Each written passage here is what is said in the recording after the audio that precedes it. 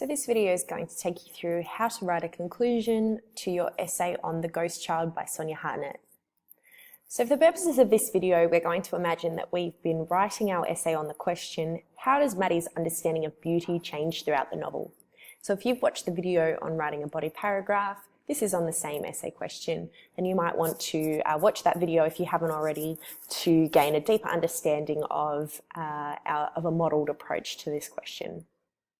So as a little recap, our contention to this question was, Maddie's understanding of beauty, whilst initially damaging, develops to reflect her gradual engagement with and understanding of the world beyond herself, ultimately enriching her experience of the world around her and her journey to the mountaintop.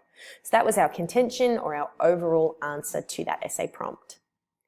Our three key ideas, so our secondary claims, our sub-claims to that overall claim the first idea was that via the journey with her father, Maddie's able to see the beauty in herself that she was at first blind to.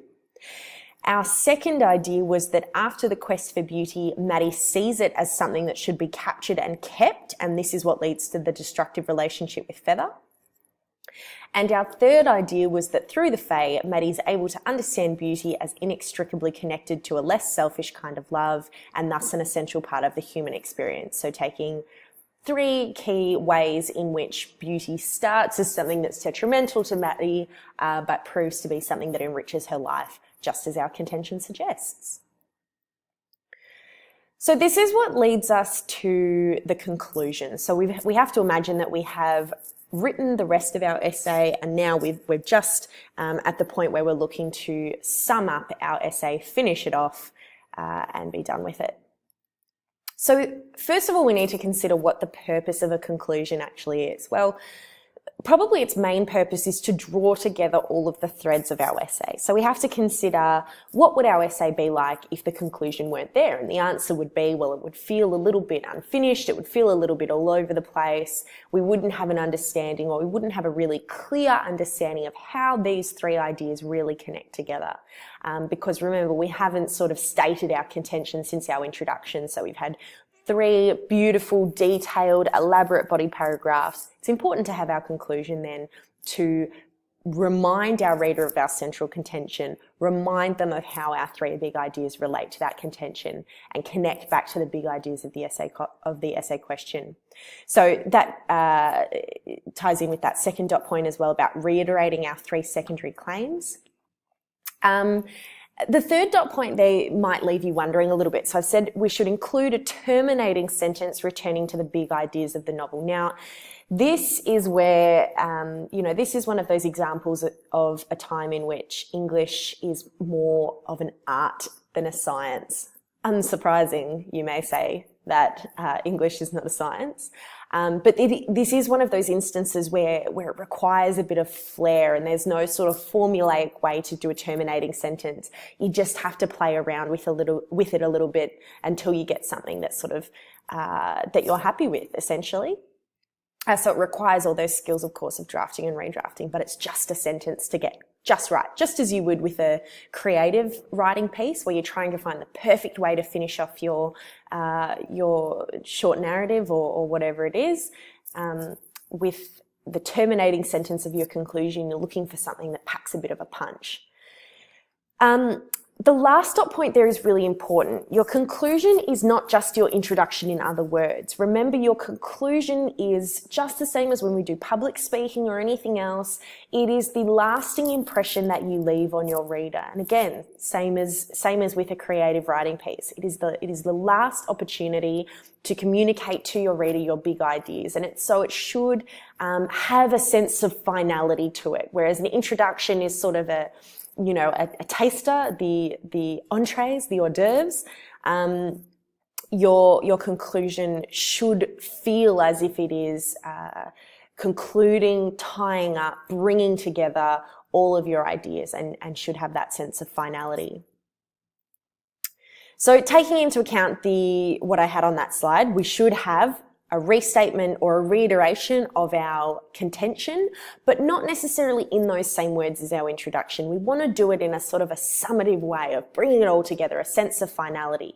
And we should as well in some way make reference to our 3 key ideas. Now, I want you to look carefully at how I do that in the conclusion that I've modeled for you, because it's not as explicit as simply restating them. And as I said, there is a bit of an art to conclusion writing, so it is probably something you will get better with practice as well.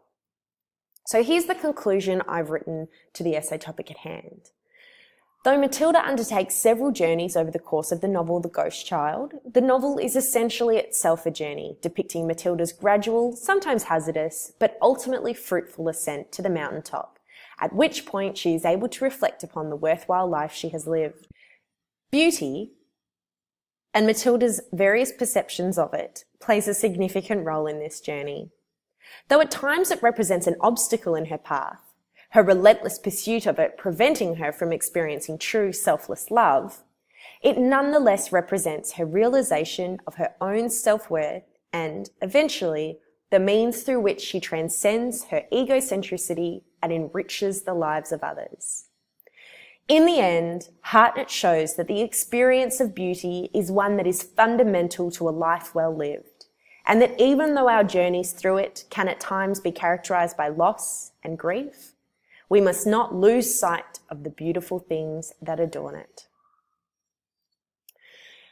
So let's actually deconstruct this conclusion a little bit and look at what the different parts of it are. Firstly, let's look at this first sentence.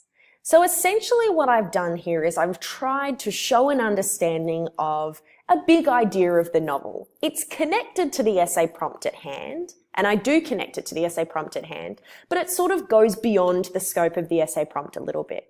I'm sort of commenting on the novel as a whole. So I'm relating it to other themes and ideas as well. I'm bringing in this idea of journeys.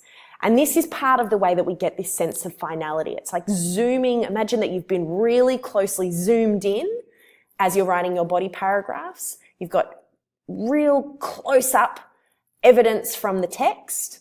And when you come to your conclusion, you're zooming back out again. So you're kind of trying to encapsulate the text as a whole again, rather than looking for that really specific evidence that you are when you're writing a body paragraph. So I've said it relates to the journeys that she undertakes. The novel itself is essentially a journey.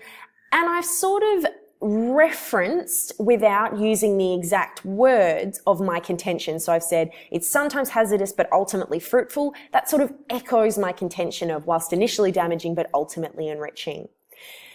To make that a little clearer to my reader, in my second sentence, I then sort of tied that really big idea to the central theme of the essay prompt at hand.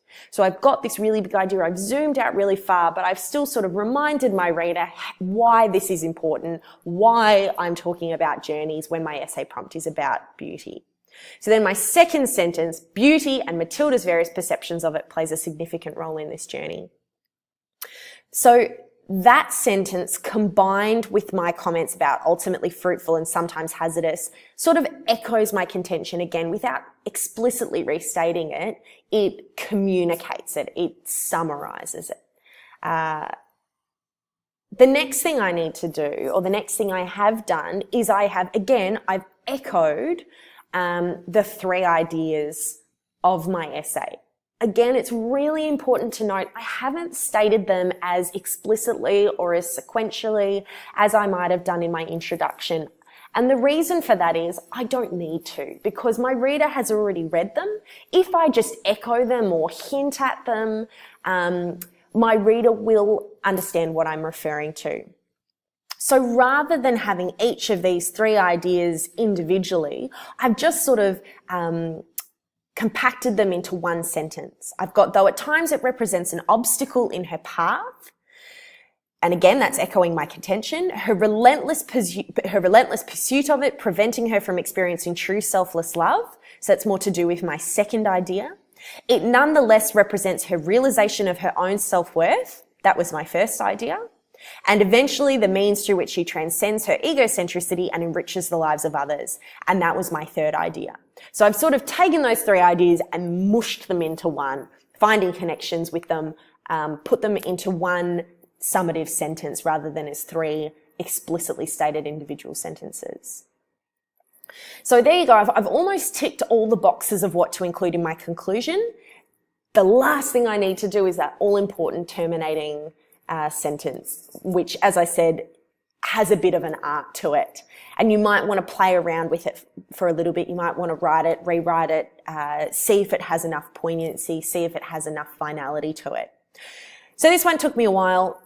The one thing I would really suggest that you start with, though, is start off your terminating sentence by using some form of transitional language. Because what our transitional language does is it emphasizes to the reader that we are moving forward in our argument in some way. And one of the best ways to get that sense of finality that I was talking about before is to use some transitional language that indicates finality. So ultimately, in the end, eventually, something like that, that indicates to your reader, that prepares your reader for the fact that this is your final sentence. This is your sentence that's going to pack a punch. So in the end, Hartnett shows that the experience of beauty is one that is fundamental to a life well lived. So again, I'm zooming right back out. I'm thinking about what are the big ideas of the novel here. It's almost as if I've imagined if I was going to interview Sonia Hartnett about this theme,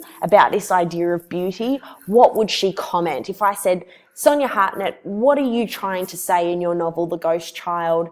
And what are you trying to communicate to us through this idea of beauty, but also just with your novel as a whole? What is it that you're trying to say to us? I've imagined what her response might be, and I've sort of tried to include that. Hartnett shows that the experience of beauty is one that is fundamental to a life well lived. And even though our journeys through it can at times be characterized by loss and grief, we must not lose sight of the beautiful things that adorn it.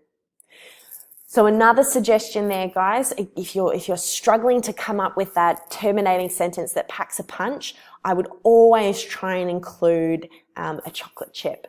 You'll notice that the rest of my conclusion doesn't really include, I have one other chocolate chip in there, and that chocolate chip is echoed in my contention.